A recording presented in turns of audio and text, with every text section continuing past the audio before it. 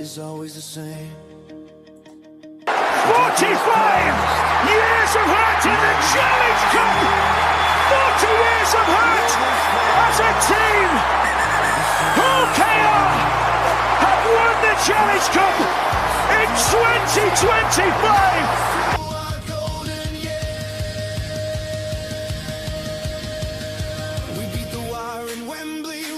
Tom Davies, try help ease the pain. We topped the league, we would not fall. The mighty Robins above them all. An Old Trafford clash with Wigan's might. We burned the sky with red that night. 24-6, the game was done. History made. Oh, it's an interceptor, and it's the boy from Wigan. Double winning from Kingston Rovers. A Superman goal from Joe Burgess. A Superman performance from Kingston Rovers. They win the treble. They win a grand final. Red and white, we do believe a grand final win to complete the three. The greatest year in Rovers history. Celebrate. Hello and welcome to this week's episode of the Robin Pod, which is powered by Budget Tyres Autocentre, the only car specialist trusted by the players, club officials and supporters of the world champions, Kingston Rovers. The Robins are once again riding high after a dominant Challenge Cup victory away at Huddersfield, with all eyes now on Rovers' trip to the south of France as we take on the Catalans Dragons. And we take a look at both of these games and discuss all the latest news emanating from Soul Group Craven Park. Plus, we answer all your questions in question time, bring you Steve Till in Robins Revisited, and bring you the big question.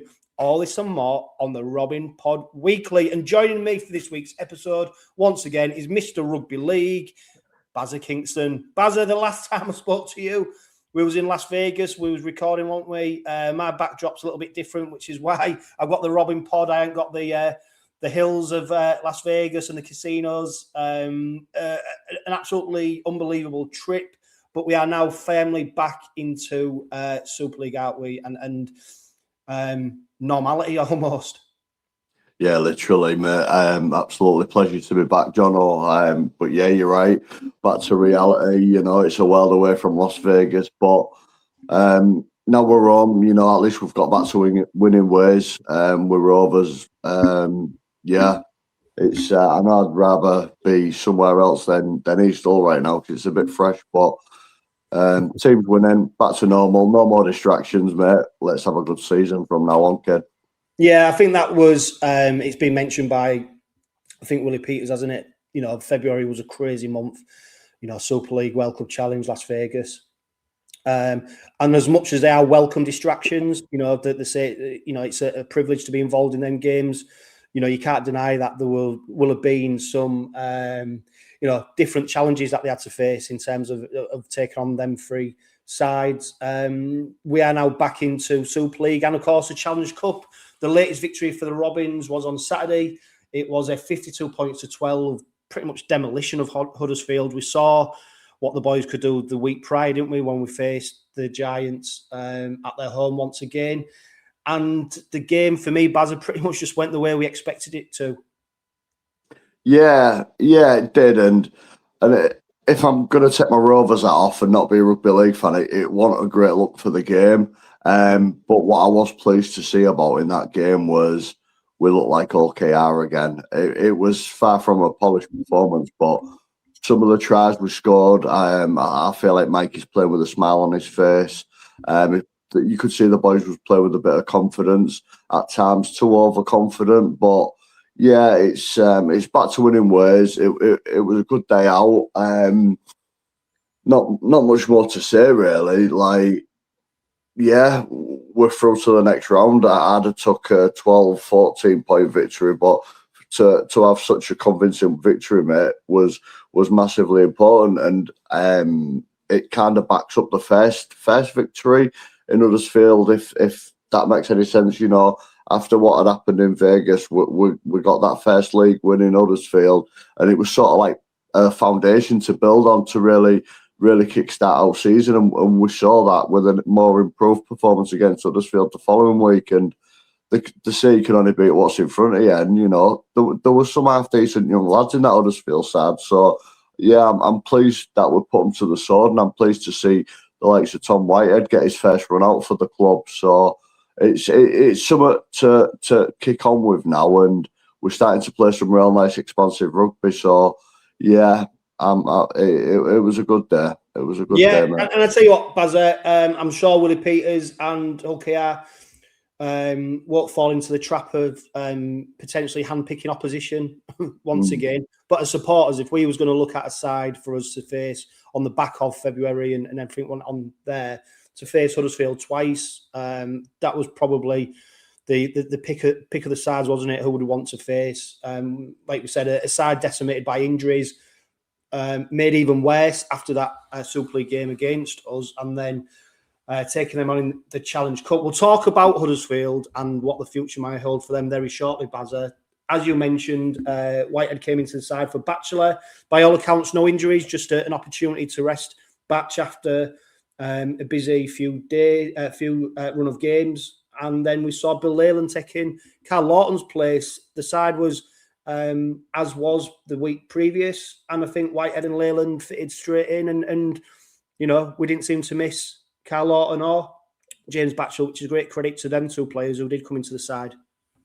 Yeah, I was more impressed and more happy for Bill Leyland, because there's been a lot of talk of Bill Leyland when we signed him, that he was a fantastic young prospect, and he'd just come off the back of that horrific injury in London. So last season, we was only seeing Bill Leyland coming on doing 5-10 minutes just to give Jez Litton a little breather. So for him to see a complete full half and really hold his own and get a good try as well, it was really pleasing to see. So that'll do Bill Leyland's confidence the world of good, and it'll just put a little bit more trust in Willie Peters, knowing that he can call upon Bill and it will still do a very good job for us if Jez isn't on the field. So yeah, it was definitely welcome to see Bill do some decent minutes, and I'm expecting more of the same in Catalan, because Jez is an 80-minute hooker.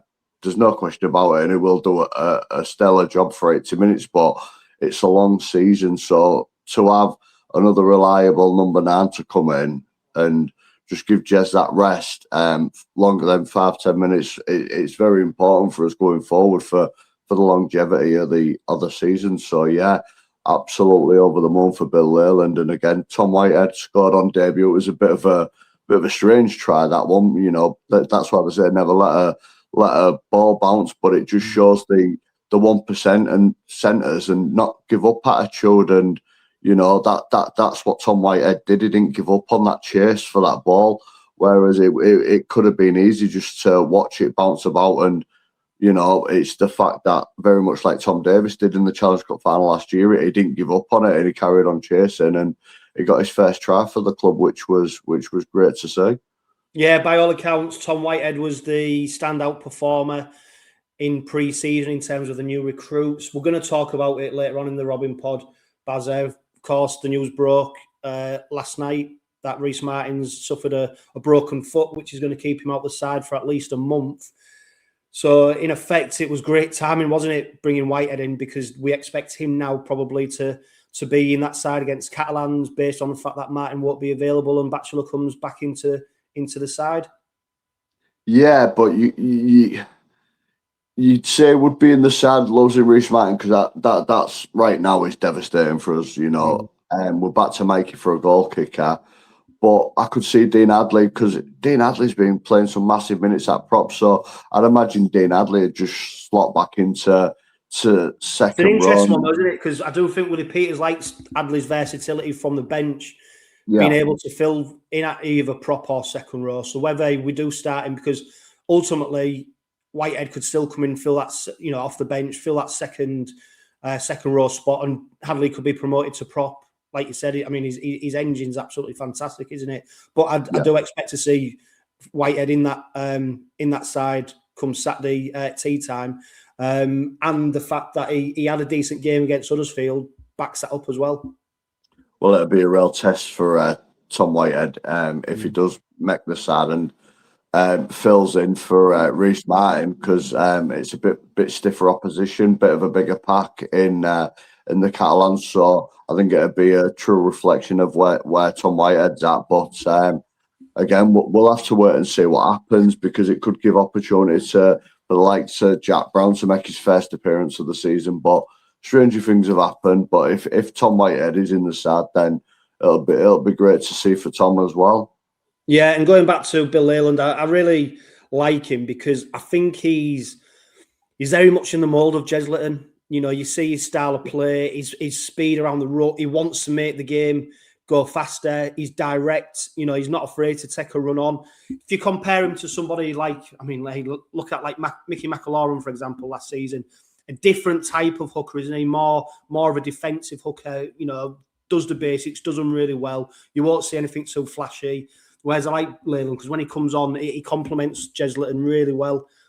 So yeah, let's see what happens against Catalan. I expect him to retain his place on the bench, and he deserves to based on what he's done against Huddersfield. 9 tries, Bazza. It was pretty much a procession, wasn't it? And we was almost scoring at will. You know, as good as Huddersfield was in terms of, you know, having a little bit of resilience and valiance. You know, they did have, you know, some really bad moments in defence where we cut through them. And I say bad moments. There was bad moments because we put them on the back foot. You know, the speed of our attack, that's what we love to see from the Robins, isn't it? Don't get me wrong, Willie Peters has got a game style where it's all about keeping it tight and not conceding possession and making sure that the defensive effort is really on top. But there's nothing better than seeing the Robins in full flow, and we saw that against Huddersfield. Yeah, and that's what we did though. The way we threw the ball about was dominant, was fast in attack. But what also I was impressed with was the amount of rotation we had in our squad, and you know the performance was still to a very, very good standard. I thought Mikey Lewis scored a great try again, great individual try, and even Reece Martin. Did you even think Reece Martin was that fast when he was running away with the ball? I was shocked as to how fast Reece Martin was, but no, we scored some really good tries, some great individual efforts off the back of at times some poor defending. I think one thing Willie Peters will be disappointed with, which I picked up on, is how easily we got beat through the middle when Huddersfield did score. And granted, it was a very, very good try, but I just feel like we've always been so tight and so dominant in the middle. And in 2026, we've been a little bit leaky in the middle, and we saw that again on Saturday. So you know, it's more to work on, but overall, it was a great team effort. And in the second half, I know we was a little bit quiet in that last 20, but when you take in the likes of like Jez off at half time, and we took Mikey Lewis off with about 10-15 minutes to go, there's always going to be disruption the way we rotated the side, but you felt there was trying new things with the offloads and, you know, at times a couple of wild passes, but overall it was just great to see the boys look happy again, look comfortable with each other. So it's just going to bode as well going forward. Yeah, and to be fair, mate, as soon as that Tom Whitehead scored that try, you know, I was looking at that going, we're going to run away with this. So then straight away you're thinking, look, the real success here is keeping them to 0 and really backing. And I think you're right in terms of that'll be the slight disappointment that even when you're winning by so many points, you've still got to be on it defensively. You know, that they're the traits that see you through the big games, aren't they? The important games when things are on the line. And I think that's where there's still a little bit for the Robins to work on. You know, as good as the game was in terms of the scoreline and the attacking prowess that we showed, there was still a little bit of vulnerability in defence. And I think Peters will be happy because he knows that he's still got time to get it right, and the players have still got time to get it right. You know, every coach, in particular Willie Peters, says it's all about after 10 games and seeing where we're at. There is room for improvement in this side, and what's, you know, let's not be daft, Baz. Nothing's won now, is it? Nothing's won in March, April. So that's where I think Willie Peters, he'll look at it and go, yeah, we have got a little bit of work to do, but he knows that they will get there. And that's why I've still got full confidence in this side about, rectifying some of them errors in defence, because we've seen last season they will get it right. It's just probably just having a bit of patience with them, which, it's easy to have patience when you're putting 52 points past the side, isn't it? But yeah, still a few vulnerabilities there in defence. Yeah, there is, and it just shows what confidence Willie Peters does have in our side, because after what happened in Las Vegas, it gave them players the opportunity to put things right, and they are slowly building on it. They are slowly, as daft as it sounds, to building trust in the coach again after what happened in Las Vegas. So there is a lot to work on, and we have got some new signings, as in like Tom Amon. I mean, he was my little unsung hero on Saturday. Some of the meters he made post contact was outstanding, but nothing's ever perfect under Willie Peters. In Willie Peters' head, even that grand final victory when we dominated Wigan, that wasn't a perfect performance. It still found room for improvement in that, and I think that's what bodes well for us, because we don't rest on our laurels. And we have got something to build on. A couple of weeks ago, when we got that first win against Huddersfield, like I alluded to earlier, it's foundations, and we'll just keep building now as the weeks progress. And yeah, there is. It's not a perfect performance, far from it, and I think we are going to be really tested on Saturday, and it'll give Willie Peters a lot more to think about.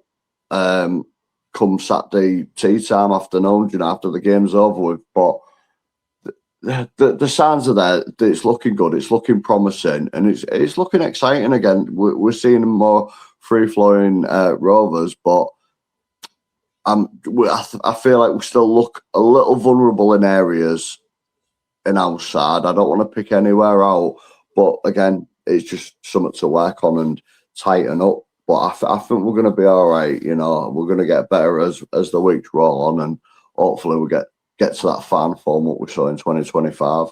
Yeah, and I tell you what, Baz, I questioned maybe the size of our front line, our forwards. I thought maybe they've gone a bit too lean after a really good pre-season. Well, I tell you what, mate, I got up close and personal with them on Saturday after the game, getting a few pictures for my lad, and I tell you what, there's some big boys. You look at Jai Whitbread, Sauso Su, Tom Amon, Sam Luckley, big boys, and you've got what you can only imagine what it must be like for the defence when you've got them, steaming in at you. It must be, absolutely, daunting, really. So, I'm not questioning the size of them at all now. Now that I've seen them, because it's going to be a bit sore. But did you manage to have a beer out of George King's boat? I have. I tell you what. This radio silence is not good for the podcast. I'm going to get it. Go on, lad.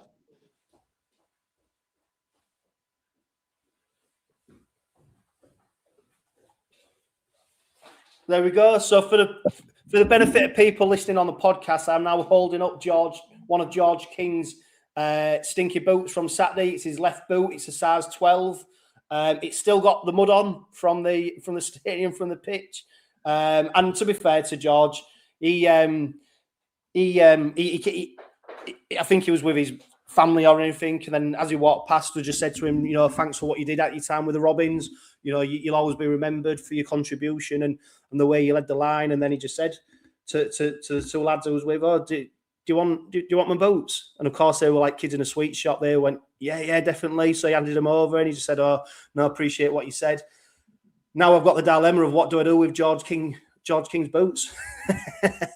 Oh, it's a bit of memory, End of the day, George King, it was a great servant to Rovers. And he was there when we was in a bit of a dark time, bit of a sticky spot, and he still led by example in our middle. And it was just unfortunate for George that we progressed. I'll tell you what, as well, Bazza, I just reeled off, Jesse Sue, Jai Whitbread, Dean Hadley, Tom Amon, Sam Luckley. George King was pretty much carrying that pack on his own when he was with the Robins. He had Matty Staunton with him as well, but there wasn't a lot else with him at that time, was there? So it was difficult for him, and he did do a good job. And like I said, he's not a player that anyone can have a bad word against, because when he did play for Rovers, he did his best, didn't he, at a challenging time. So players who did do the best, I thought the try of the game maybe was Jack Broadbent. I thought it was absolutely brilliant. He's fitted into the fullback slot really well, hasn't he? One player who's been questioned a little bit more in terms of his defensive efforts was Pet Hiku, and I thought he was back to his best. He was like a bulldozer out on that wing, wasn't he? And he carried such an attacking threat.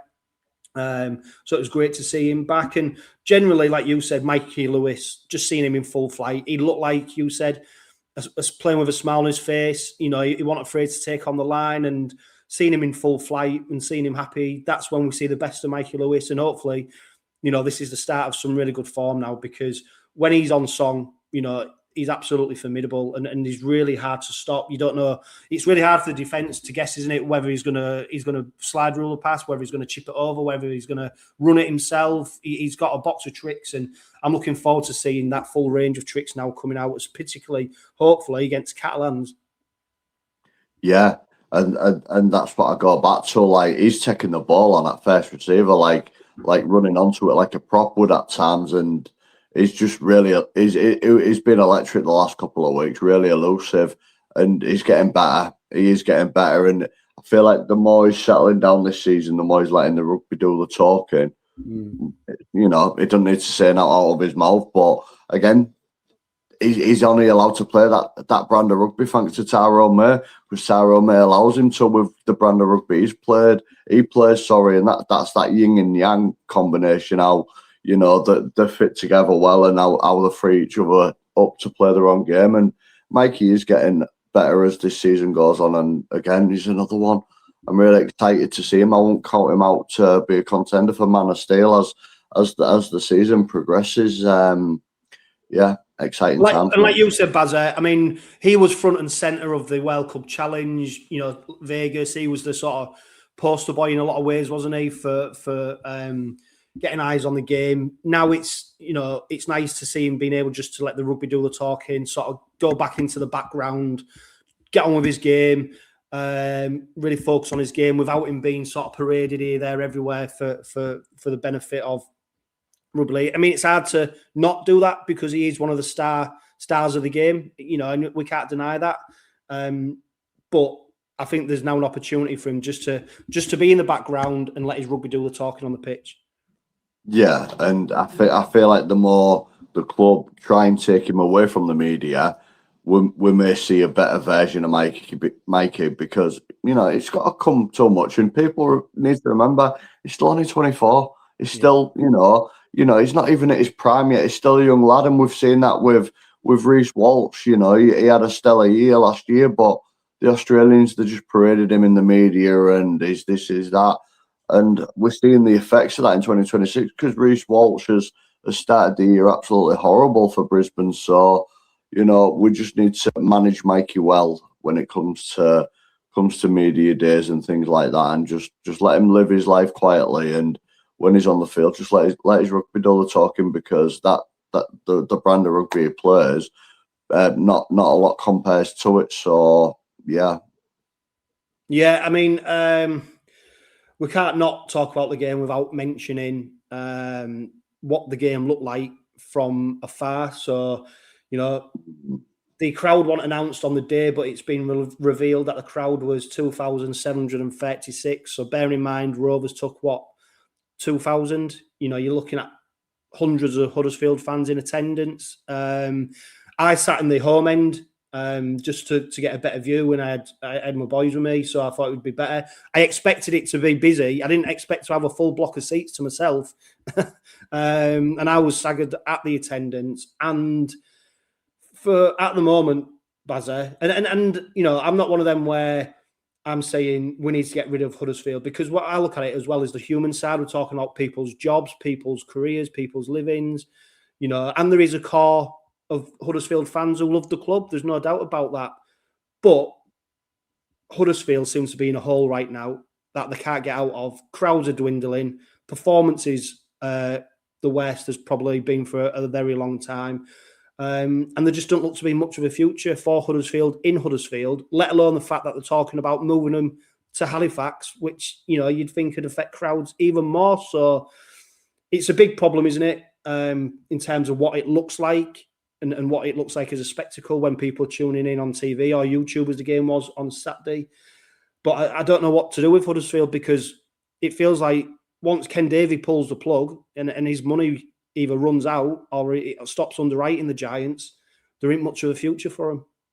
Yeah, and I right now I feel for the Huddersfield contingency. You know, I mean, they've had it all week from podcasts of people slating them, but I applaud the ones who actually turned up, because the club's in a hole. They're fighting a losing battle against the council when they are trying to make improvements. They are trying to make things right, and they're just getting doors shut in the face. It's a tough time. I've got a sweet spot for Huddersfield. You know, it's a real gentleman's club, and you've got to remember it's the best place for rugby league. You know, without Huddersfield, we wouldn't have a sport, and it's tough times for them at the moment. And you know, I tip my hat to the ones who turned up. I was also sat in the home end, and there was some really passionate fans around me. You know, who dearly love that club, and very much like all Kingston Rovers, how much we love our club when we was in tough times. So I can relate to them, but I just hope that they'll get a solution, whether it is Halifax or whether it is Dewsbury. They just get a temporary home. You know, Dewsbury, I believe their ground is in the same sort of district as where the Huddersfield ground is anyway, so I couldn't imagine it affecting it too much. But I just hope they find a place what they couldn't call their own and get a stadium what's more suited to the fan base and start again, because evidently that's what they need to do, start again. And I just hope the Super League stick with them, and you know, Ken Davey carries on backing them, because they're a great family club, and you just want the best for them right now. Yeah, one thing I won't miss though, Bazzer, is that cowbell. That can go in the bin. That one, and that was right behind me as well. Was it? Yeah, luckily, because the Robins were on top, we didn't hear it that much. But yeah, that can go in the bin.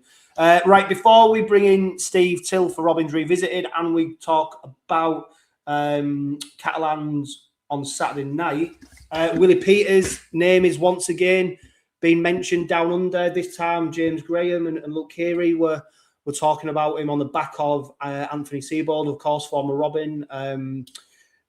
Manly Seagulls currently 2 defeats from 2. The second defeat, you know, by all counts, one of the worst games or performances that the NRL has seen for a long time. James Graham thoroughly unimpressed, and he was making a case for Willie Peters potentially being the replacement for Anthony Seibold should he depart. Luke Keary also then threw in that the new PNG team are taking a look at Willie Peters.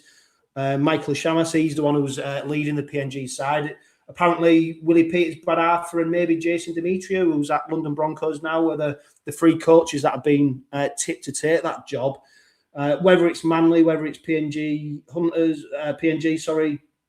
Bazette, there's no doubt after what Willie Peters has done in terms of with the Robins, with Australia in the World Cup, and now the World Cup Challenge, his name will constantly now be linked with jobs in the NRL.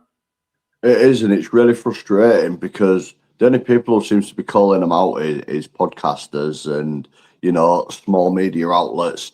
And I'm not worried about Willie going to PNG. I think that's Adrian Lamb's gig, if I'm going to be honest, because it's his native country, and he's always showed desire, him and his son, to go back to the NRL. So I couldn't imagine Willie Peters going there. But as for the Manly, I think this is what we're going to see now throughout the years, throughout this season, is we're going to see an Australian team lose a couple of games quite heavily, and all of a sudden it's, do you think Willie Peters should be a fit for this job to rescue the club, because they've had a string of bad results? And my opinion, I'm sorry, but I think Willie Peters is better than Manly. I think Willie Peters is more suited to a Rabbitohs, a Roosters, you know, a Melbourne Storm. I think Willie Peters is in the position where he can pick where he wants to go. And I think as well, we was talking just before we started recording this, Bazza, you know, Willie Peters is settled in East Yorkshire.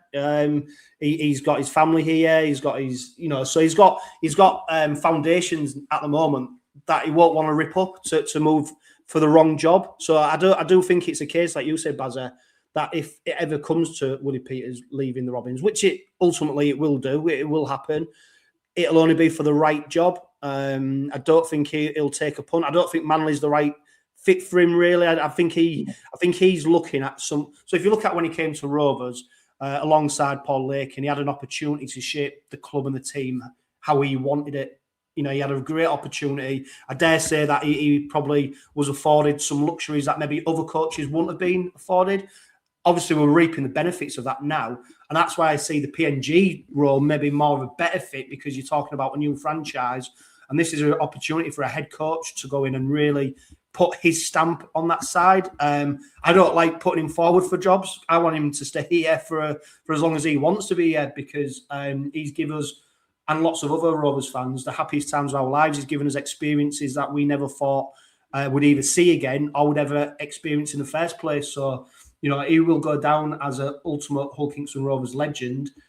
But we have to be realistic as well. You know, because he's doing well, there's going to be that link. And what worries me more as well is with the new NRL franchises, Bazza, is the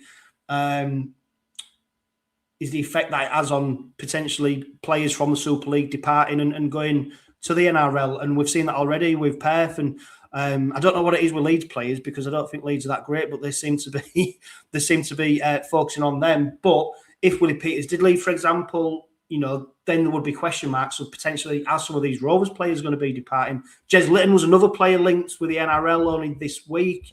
You know, we're a victim of your success, I suppose, in a way, aren't we? You know, the better we do, the more players, coaches are going to be linked to Down Under.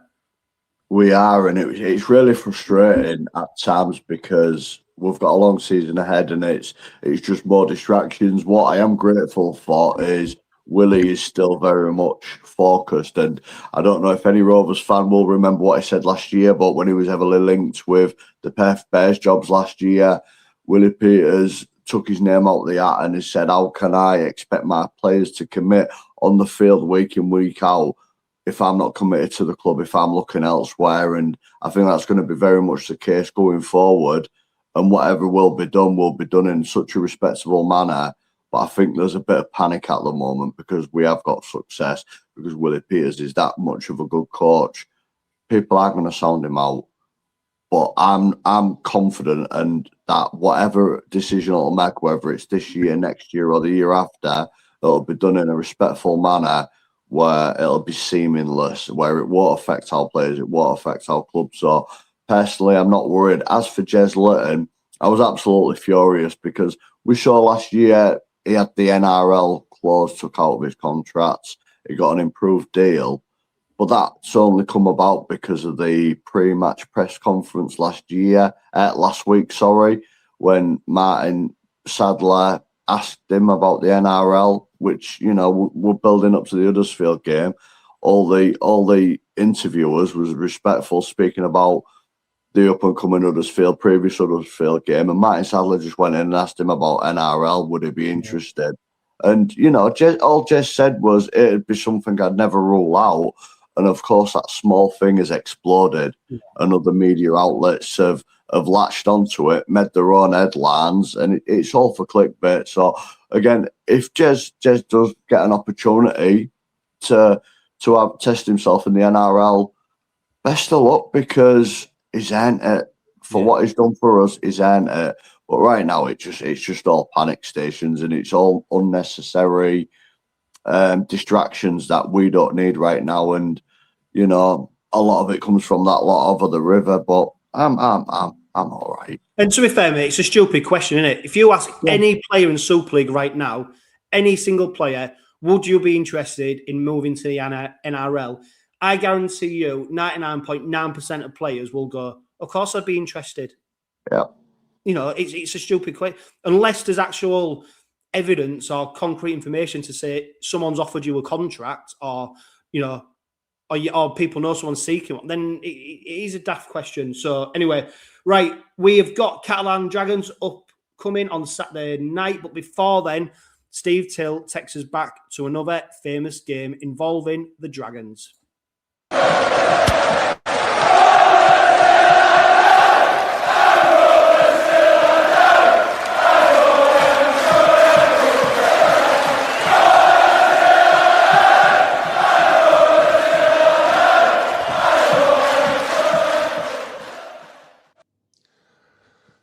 Chris. I'd like to go back 13 years to a match against Catalans, which was actually played in Toulouse for some reason. And that was Catalans against Rovers in front of a crowd of 12,000 people at the Ernest Walloon Stadium. Good number of those people were from Hull. There was at least 1,500 fans there that came over from Hull. And it was a remarkable game. Topsy-turvy, swung each way.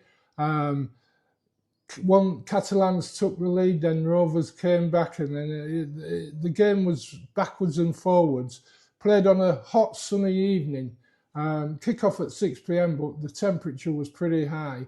And the two teams were fairly strong. Catalans included such as Morgan Ascari, Daryl Millard. Leon Price was the halfback, the standoff with Thomas Bosk, the scrum half. And Steve Menzies, the ex-Manly and Australian star who did a spell at Catalan, was in the team, as was Kevin Leroyer, who joined Rovers soon after. Rovers had people such as Greg Eden at fullback, and what a game he had. Sean Gleeson was one of the centres, Dave Hodgson on the wing. Michael Dobson skippered Rovers, and the pack had Peya, Josh Hodgson, Corey Patterson, and Con Nika were in the pack. So it was two fairly strong teams, and it was Catalans who took an early lead, courtesy of Vincent Dupont, who scored 2 tries for the Cats, and also Kevin Leroyer scored a try, and it was a landmark match for Greg Eden. Half-time it was 13-12. Thomas Bosker dropped a goal to add to the 2 conversions he'd made from one from Dupont, one from Leroyer. But the first Rovers try, Greg Eden, was spectacular. He took the ball behind his own line and went the length of the field and left Catalans players flailing in the background. And that was the first of a hat-trick of tries. The second try in the first half was scored by Josh Hodgson. He scooted over from the play of the ball. Michael Dobson converted 2 of those tries. So as I say, it was 13-12 at half-time. And then the second half was just free-flowing rugby from both teams. Exciting stuff, and the crowd were really behind it. Catalans, with 10 minutes to go, were leading by 5 points, thanks to another try from Dupont and one from Frederick Vicari. But Greg Eden had crossed for Rovers from a superb pass by Josh Hodgson, and he put Eden in, converted it, but Rovers were still 5 points behind with 5 minutes to go. And then Hodgson did a quick dummy half switch, threw the ball out to Liam Salter, who fed Eden, and Eden went over and put close enough to the post for Dobson to convert and give Rovers that 22-21 lead. And it was an amazing last 10 minutes with both teams trying desperately to score. Rovers to safeguard their victory position, and the Cats to try and regain the lead. But it was a great game, watched by Sky viewers, watched by around 1,500 Rovers fans in the ground, and it was a fantastic advert for Rugby League. And let's hope we could get another one this Saturday.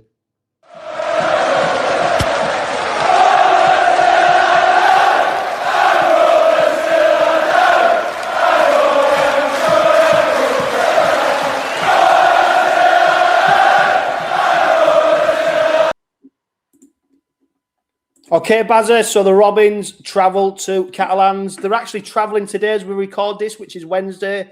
They're going out a day earlier. Willie Peters said it's to give the players the opportunity to have a day of rest and a bit of relaxation before obviously getting into the heavy stuff in preparation for the game. We've talked on the Robin Pod lots of times, particularly when we had a bit of a hoodoo over in Catalan, didn't we? Where, you know, we couldn't pick a result up, and we tried all different methods of travel and flying in on the day, all sorts. So they've gone with this method now, so hopefully that will bear fruits. And it's the Catalan side, Bazza, that is new look, isn't it? We've got Joe Tompkins heading the side up, assisted by Mitchell Pearson, of course, former Robin, Mickey McAlorum. They ripped up the squad last year, didn't they? And it's they've got this new look side now. I'm not sure what to expect, Bazza. The 2 from 4 in terms of victories. They beat the Giants on the opening day. Then they travelled to Bradford and lost to them. They lost at home to St Helens quite heavily. And then more recently, they beat the Lee Leopards at their place. I don't know, Bazza. I don't know what to expect from them on Saturday night. I don't, and the dangerous part of it is the likes of Charlie Staines, Lewis Dodd and Toby Sexton, you know, they're the heart of their span. That's where the real threat lies with Catalan. But they've looked a bit clunky, and they've got quite a few people out, and more noticeably Tommy Makinson, you know, is quite pivotal for them on the wing. So it'll be interesting to see if former Robin PLT gets a crack against us, which will be an interesting matchup, because I dare say he'll have a point to prove. You know, as Rovers shouldn't have let him go, but it's a tricky one because they've looked a bit clunky, Catalan, but we've never travelled great across there in recent years. But like you've just alluded to, we got that monkey off our back last season, and I feel like we're in a phase of our season where we're trying to kick on and we're going to progress. And you know, we've built off them 2 Huddersfield victories, so I'd expect us to kick on. It's going to be a tight game. I'm going to back the boys 100%, and I don't think we've got enough there to do a job.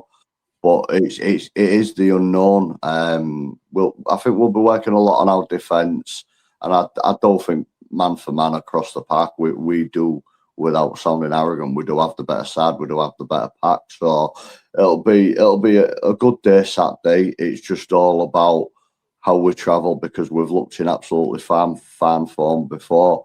We've gone across there and we just couldn't quite get over the line. But I think we're a different side now. You know, like you've just said, we're world champions, and we're downing out on that for a little bit. And I don't think we'll go over there and we'll make a good case for ourselves and we'll get over the line. But Catalan are dangerous, and if we are switched on, we can get punished.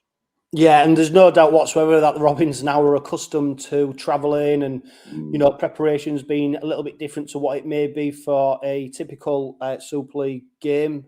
So they've got there's no doubt whatsoever is that travelling over to Catalan, you know, shouldn't affect them. I've just looked at the weather. They're expecting 17, 18 degrees on a nice sunny day, which may play into the hands of the Robins, because like we saw against Huddersfield, you know, once they get onto a hard track and they get the sun on the backs, you know, they really do like to start chucking the ball about and showing their attacking flair. It ain't going to be easy, is it? Because like you said, you know, although they've got some players injured and missing, they've recruited a little bit differently to what they normally do, so they look a little bit more solid. That said, you know, when you look at who they have beat, they've beaten Huddersfield, they beat Lee, who were indifferent, Huddersfield, who have been pretty much terrible. They've lost to Bradford, and then when they have played someone who's, you know, got a little bit of calibre, St Helens have been put to the sword, haven't they? So, you know, very rarely do I tip Rovers when they go over to Catalans, but I think this time, you know, I'm pretty confident we're going to come away with the 2 points, based on the fact also that we've got players who are trying to prove a point. You've got Bill Leyland, obviously staking a claim. He wants to be the reserve hooker even when Carl Lawton's back. We've got obviously Jack Broadbent playing at fullback. He wants to make that position his own. We've also potentially got Tom Whitehead coming into the side. So there's hungry players there, isn't there? Players, and we've got the tried and tested as well. You know, so when you put all that into the mix, I think, you know, it's going to be very difficult for Catalans to come away with anything from the game, because I just think this Rovers side now, like we said at the start of the Robin Pod about, now they've got February out the way, they're almost getting into the groove, aren't they? They're getting into that what we came accustomed to last season, where there was almost machine-like, you know, the way they went through it. So it's an exciting game. It's one I'm looking forward to. I look forward to every Rovers game, but this one on Saturday is one that is whetting the appetite. And like I said, there's probably only one player in the Catalan side who's got a real point to prove against Rovers, and that's PLT, isn't it? You know, he didn't if we're honest, he didn't have the best of careers at the Robins. He showed promise, but ultimately he played his best rugby, went out on loan, and he was never able to stake a claim for that starting spot. Interestingly, though, he is doing pretty all right for them at the moment. He is out on that wing, but I don't think Rovers will exploit that a lot heavily in that game. If PLT's starting on the wing, and I don't want to put any disrespect on him, but he's not the biggest of wingers, he's not the tallest of wingers, and I think Rovers will go to his side every time. But no, I think what you've just said is summed up really well. You know, it's always nervy for us going to Catalan, but if you want to go on form and like what Catalan have done so far this year, you have to back Rovers, and yeah, it'll be a good game. And what I'm pleased about what you've just said, it's only 18 degrees, because when it is super hot over there, we are slower and we do struggle in that intense heat. What we saw in, I think it was 2024. So yeah, there's not much to say on it really. I'm just backing the boys. We've got some hungry lads out there. Bill Leyland, like you've just said, Tom Whitehead. But you know, if Jack Brown gets the nod as well, he's going to want to prove a point for us. So it's going to be a good game, and I just hope we can back up what we've done against Huddersfield over the last 2 weeks and really put in a good, solid performance. What will give the fans a lot of confidence, because a week later we've got Saints at home, and it'll be our first time at home as quadruple winners. I know it seems ages since we've been at Craven Park, doesn't it? I mean, it's crazy, really. You know, and what was good as well is the club announced, I think yesterday, that we are 10,000 strong in terms of membership, which is an unbelievable number, isn't it, in terms of the backing and the desire and the want to see the Robins. And of course, now with the South Stand, temporary South Stand being made a permanent fixture for this season, there is still opportunity for people to go watch them, which is fantastic. We need to grow the fan base. I'm looking forward to that St Helens game. I think it's going to be really special. So yeah, that can't come soon enough. Now, at the start of every week, Bazza, I ask the big question. And this week's big question is, with rumours circulating that the Robins may be dipping into the transfer market, I want to know, do we need to? And if yes, then what position would you like to see us strengthen? I'm going to read out some of the answers that people put over on Facebook, Bazza, but what's your answer to that question? It's been playing on my mind, and if we do, I don't want to come across as hypercritical, but either a big bopper in the middle, someone who's solid, or a centre/winger, because I feel like our left edge just looks a little bit vulnerable at times, and maybe a solid centre just to keep Gilly on his toes, because it's easy now for Gilly to get complacent while Jack's solid at fullback. I don't know, mate. If I will be a big bopper in the middle, or somebody to fill in at centre if need be. Yeah, some of the other comments, Joe Davison, he's just recently commented, Arthur Morg's still injured and don't know about Jack Charles, and however, now confirmed Reece is out for a month, so potentially there's an opportunity there. Costa Blanca transfers, he says 2 or 3 Marcus Evos, please. I don't think there's too many of them about at the moment. Sean Michael, he says a big mobile prop, was also an enforcer. The Packers lost its run, I suppose, if you look back to last season when we had Jared Warrer-Hargreaves. You know, he did have that bit of grunt, didn't he? That bit of aggression. But that said, when you reel off the props that we've got at the moment, it's very hard to see someone coming in. And another name that's mentioned is Desire, isn't it? He played in the reserves. And also we're forgetting about Jack Brown. Now, it's interesting about Jack Brown, isn't it? Because he has been the perennial 18th man for a long time now, but the last few games he hasn't featured as 18th man, and he didn't play in that reserve game against Hull FC on Sunday. So obviously people are probably putting 2 and 2 together and coming up with 5. But that said, you know, there's rumours circulating that he's potentially signed for Castleford next season. Who knows? We've seen the Robins move people on early, haven't we, in the past, where if there's an opportunity to do a deal. So I think there's a big question mark over there. And of course, if Jack Brown may maybe departs. I'm not saying he is, but if he did, that would maybe free up a spot for bringing somebody else in. David Johnson, he makes a good point. I think the real question is, do we have the cap space? Personally, he thinks the squad is just fine at the moment. And like you said, like we just said there with Desiree coming back shortly, it'll add another body into that front line.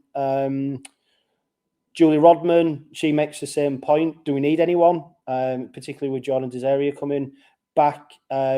Stephen Overton, he says, I'd like to see an impact forward. Our pack is good, but just feel like we lack someone who can punch holes. He mentions there Tanganoa about somebody like that. Unfortunately, there's not that many players out there, is there? That's the other thing as well. Ginger Johnny says another powerhouse. Roger Wilkinson along the same theme, a big hungry forward with no injury history. English with a bit of youth left in him. God, you don't want much there, Roger. Playing fantasy rugby league there. Duck Pond Davis says big centre and a big second rower. Martin Daddy, big impact prop or someone with genuine pace. I mean, to be fair, we sometimes look like a side that doesn't have that much pace. But if you watch us against Huddersfield, we look like we had a pace in abundance, didn't we? We had strike from all over. And like you mentioned, Baz, or even Reece Martin stepping up to the fore like an 100-metre sprinter. Yeah, and listening to a lot of them, they do make a lot of sense. And just thinking about that question again, I think what we could do with is someone like a Jared, not necessarily Jared, but with that gritty winning mentality when we are on the back foot to drag us forward. So that sort of caliber of player with that experience, because I don't feel like if we ever end up on the back foot, do we have the personnel and like the leaders in that group to really drag us forward and get us through that game? You know, maybe that's it's a great point. It's a great point, and you know, time will tell whether we need that type of player. But there'll be times, in games throughout the course of the season where things won't be going our way. So let's see how that pans out. And Joe Davison makes a good point, particularly now in light of Reece Martin's injury. We need a backup specialist kicker. Mikey is good for backing Reece Martin, but what happens if they are both injured? We can't wait for Artemog to come back. I mean, it is a point. No. It looks like Mikey will go back to kicking duties, but I mean, I suppose, you know, Reece Martin, Artemog, Mikey Lewis, how many kickers can you have really? Yeah. Well, that's it. And if we panic and go out and buy somebody else or sign somebody else just for the kicking, what you got to think about is the longevity. Then we're going to have 3 recognised kickers all wanting a spot, and it's in the long term it'll just cause more disruption. So I trust Mikey in what he does. He's a decent kicker. He's a confident kicker. Bloody hell, he brought us a Challenge Cup home, you know. So yeah, I wouldn't sign anyone just for the kicking abilities. No chance. I was going to say, I think sometimes we're a bit quick to forget that Mikey Lewis kick, aren't we? You know, the pressure, the skill level, what it means, the gravitas. You know, if you've got someone who can kick under them conditions, with what was riding on it, you know, for me, they're my backup kicker. I think there's sometimes people look at it though, does it distract from his playing, you know, his playing duties? But I think he's a player now who it's what yeah, I don't think he Yeah, no, but excellent. Okay, mate. Well, that brings us to question time. So, questions we've got: James Perlin, Robin Pod regular, Ryan Hampshire. Yay or nay? Would be decent backup, but it does add fuel to the broadbenters and happy rumours, which I'm taking to be more to do with shit staring. John Cartwright was asked one day apparently about Jack Broadbent and the potential for him to sign for that lot, because he's apparently unhappy in Eastall at the moment. Nothing else has been mentioned about that, so I think James is probably right about a bit of shit staring. It was interesting though, wasn't it, Bazza, to see Ryan Hampshire, the mercurial Ryan Hampshire, line up for the Robins in the reserves against the Black and Whites on Sunday. Yeah, well, going to James's question, I heard that as well, but it's from an LFC fan who's got himself into the press box at LFC. So I think he was just there with his wooden spoon out because whispers have started. I'll be open and honest with you all. I did hear that there was a bit of unrest and whatnot. I won't go into detail, but I wasn't 100% sure on the source. But I have found out from a very reliable source that Jack Broadbent has got a very, very good relationship with Willie Peters. and it is a lot of, as James said, shit, basically.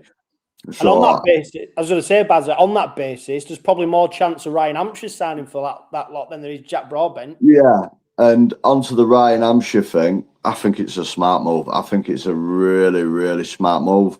We saw it last year, Rowan Milnes coming into the club to run shapes against our backs. So it's good for Ryan Hampshire. He hasn't got a contract with us. It gets Ryan Hampshire fit. It gives Ryan Hampshire an opportunity to find himself a club, which is unbelievable that he hasn't got one. But the fact he's using our training facilities and training with us to help progress Jack Broadbent, it's a clever move. I can't see Ryan Hampshire getting a contract with us. If we did give him a pay-as-you-play deal, would I be upset? No, it's a pay-as-you-play deal, just in case the worst happens. But no, right now it's a bit like cheap labour, isn't it? You know, bringing someone in to help out your squad. So I'm comfortable with that. So I think it's just not by the club. The only scenario you can come up with is, say, Jack Broadbent goes down on Saturday. You know, he's got a month layoff, 2 month layoff, and then all of a sudden, then you're starting to go, well, who will fill in at full back? So, you know, like you said, he's training with us. He's got a great opportunity to earn a contract with somebody else. Also, he's adding value to us in terms of training and being able to be that full back in training, which we need. So it's a smart move all around. We'll see how that plays out. Matt Brady says, if we accept the NRL takeover, they want the league to reduce to 10 teams as we're looking to evolve the game, and 14 teams is working. Do you think this is a step back? Also, they're looking at merging teams in close proximity. I think the rumour is, what is it, a £250 million investment and taking control. And it's still fantasy talk, isn't it? Because nothing's actually, you know, well, I remember probably talking to you on the Robin Pod last season when we was talking about the NRL and their involvement, and potentially nothing really seems to have happened. There was big talk, wasn't there, while we were out in Las Vegas about the NRL and Super League. And look, it's one of them. Until it happens, it's hard to have an opinion on it. Do I want the investment? Of course I do. But, you know, we're playing fantasy rugby league at the moment with all this chitter chat. Well, go back to Vegas. Peter V'landys, it was literally stood about 3 foot away from me, and you wanted John on. He was blown away with the English and, you know, Yorkshire doing the Super League proud. It will happen. It will happen, and there is talks. I don't expect to hear something over the coming weeks because they've got to announce Vegas for next year. But I think it's a load of shit. They will not reduce us to 10 teams. They're wanting to grow the game. So they will they're more than likely to go to 15, 16 teams, just like they are in the NRL. It'll never be a 10-team competition. The NRL won't do that. And these figures that's been thrown about, it's just all clickbait on social media. People surmising how much they'll be getting invested. It will happen. The only thing you'd say is if they reduce it to 10 teams, that would increase the central funding available to the teams, which potentially puts them on a par with maybe some of the NRL teams. So you don't get the talent drain, you don't get the players. So actually, Super League, with a reduced amount of teams, actually the product or the players who are able to play in Super League, because financially it's more rewarding to do so, is bigger and increased. Whether 14 teams works or not, we won't know probably until 2 seasons' time, because we need to see how don't get me wrong, Bradford York, there's been some big results, Toulouse, but it's not until 2 years' time when we really see how the season's panned out, because at the moment as well, the standard's not great, is it? When we're looking at these early games, we're looking at some fun, like Catalan case in point. You know, we're not quite sure. So, hey, we'll see what we make. We'll see. I mean, I did try to shout over to Peter V'landys, never mind investing in Super League. You want to get on board with the Robins. They're the team. You know, I mean, we could be the next NRL franchise. That's where we want to be heading. Yeah, but it'd be nice. But no, I genuinely and on that can't see him reducing it to 10 teams. I really can't. With the figures that's been thrown about, you know, we've got to negotiate a new TV deal. So, you know, it's all right reducing it to 10 teams and getting a bigger slice of the pie, but you know, you've got to trust whoever runs your club that they don't piss it up the wall. So No, I think we'll keep it at 14, potentially grow it. But, you know, everyone's just surmising at the moment. Yeah, Bazza, once again, thank you for appearing on the Robin Pod. To everyone who's listening and watching, please make sure you like and subscribe. Add your comments if you watch on YouTube down in the comment section. Don't forget the Robin Pod's powered by Budget Tyres Autocentre, the only car specialist trusted by the players, club officials and supporters of the world champions, Hull Kingston Rovers.